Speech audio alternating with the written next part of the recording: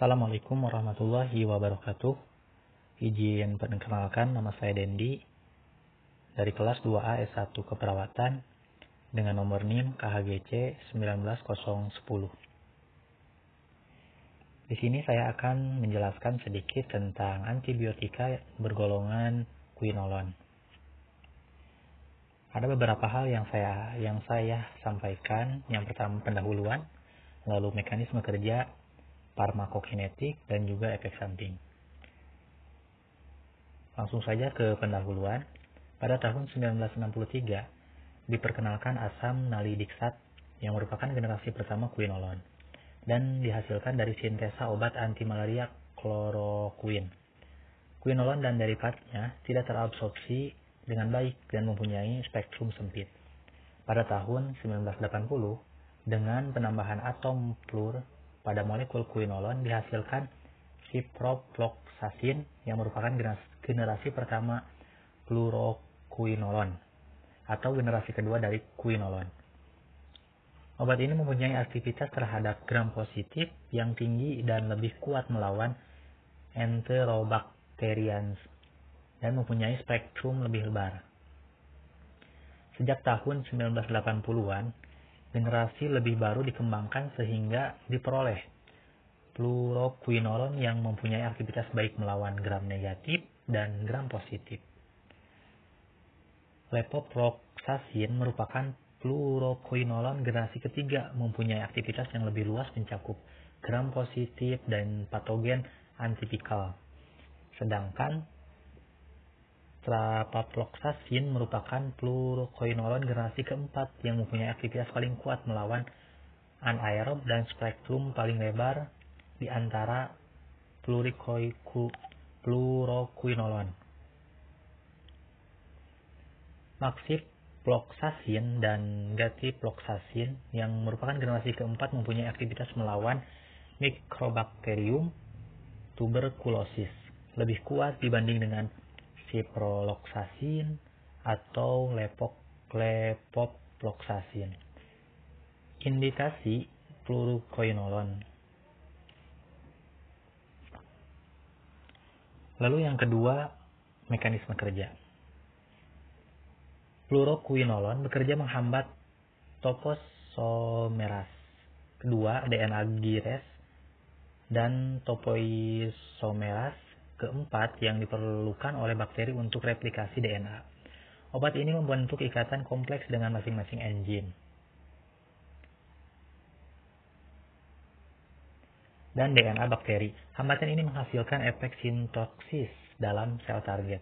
Beberapa fluoroquinolone aktif melawan dorman dan bakteri bereplikasi. Mekanisme kerja dari fluoroquinolone termasuk ciprofloxacin berbeda dengan antimikroba lainnya seperti beta-lactam, makrolida, tetrasiklin, atau aminoglikosida. Oleh karena itu, mekanisme resisten terhadap antibiotik tersebut dapat masih sensitif dengan ciprofloxacin. Lalu yang ketiga adalah farmakokinetik. Fluoroquinolone cepat diabsorpsi di saluran pencernaan dan kadar serum puncak dicapai sekitar 1-3 setelah pemberian oral. Kadar serum puncak yang diperoleh setelah pemberian oral sangat dekat dengan pemberian secara intravena.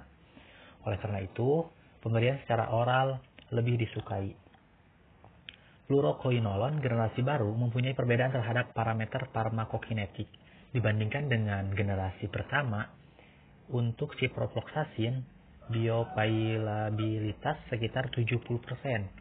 Dan pada generasi yang lebih baru, contoh gatifloxacin, levofloxacin, dan moxifloxacin merupakan bioavailabilitas sekitar 85-95%. Waktu paruh golongan fluoroquinolone bervariasi sekitar 60-90 menitan. Untuk asam nalidiksat 3-4 atau 3-5 atau 4 jam untuk ciprofloxacin dan 21 jam untuk sparfloxacin.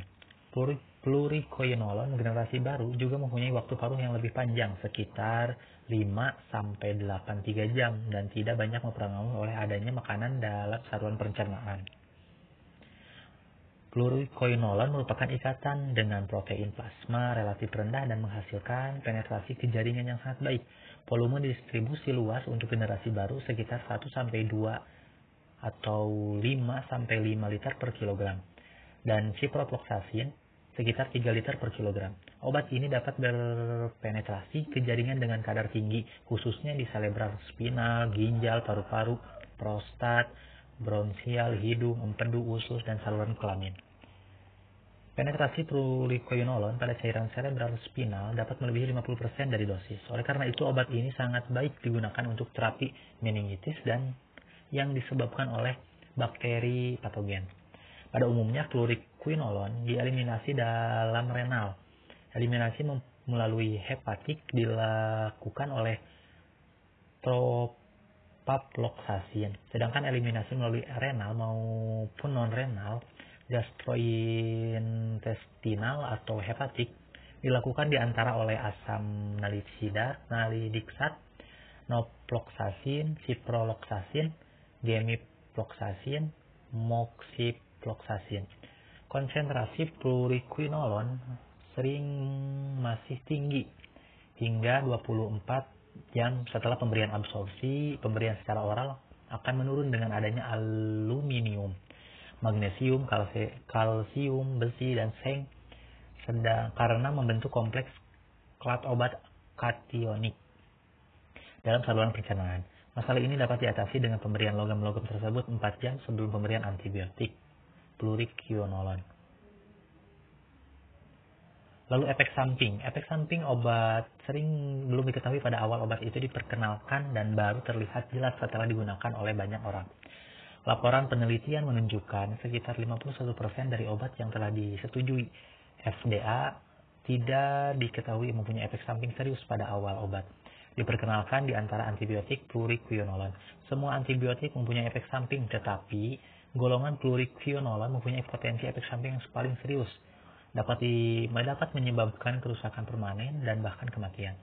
Salah satu masalah dalam penggunaan fluoroquinolon adalah peresapan yang tidak sesuai. Di samping fluoroquinolon diresepkan untuk penyakit infeksi serius yang mengancam jiwa seperti hospital acquired pneumonia, juga diresepkan untuk penyakit-penyakit infeksi ringan seperti sinusitis, bronkitis, infeksi telinga, dan lain-lain. Hal ini mengakibatkan fluoroquinolon digunakan secara berlebihan, overdose. Laporan penelitian menunjukkan di dunia kurang dari 15% quinolon yang diresepkan sesuai dengan kriteria keamanan sehingga berpotensi toksik. Penelitian kohort untuk melihat efek samping fluoroquinolon dengan menggunakan standar ciprofloxacin dapat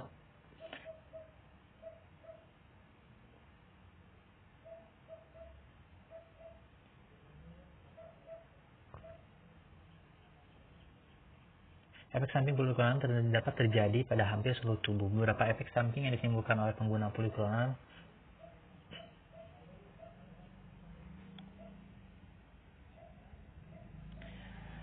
mungkin itu saja yang dapat saya sampaikan. Mohon maaf bila ada kesalahan. Wabillahi taufiq wal hidayah. Wassalamualaikum warahmatullahi wabarakatuh.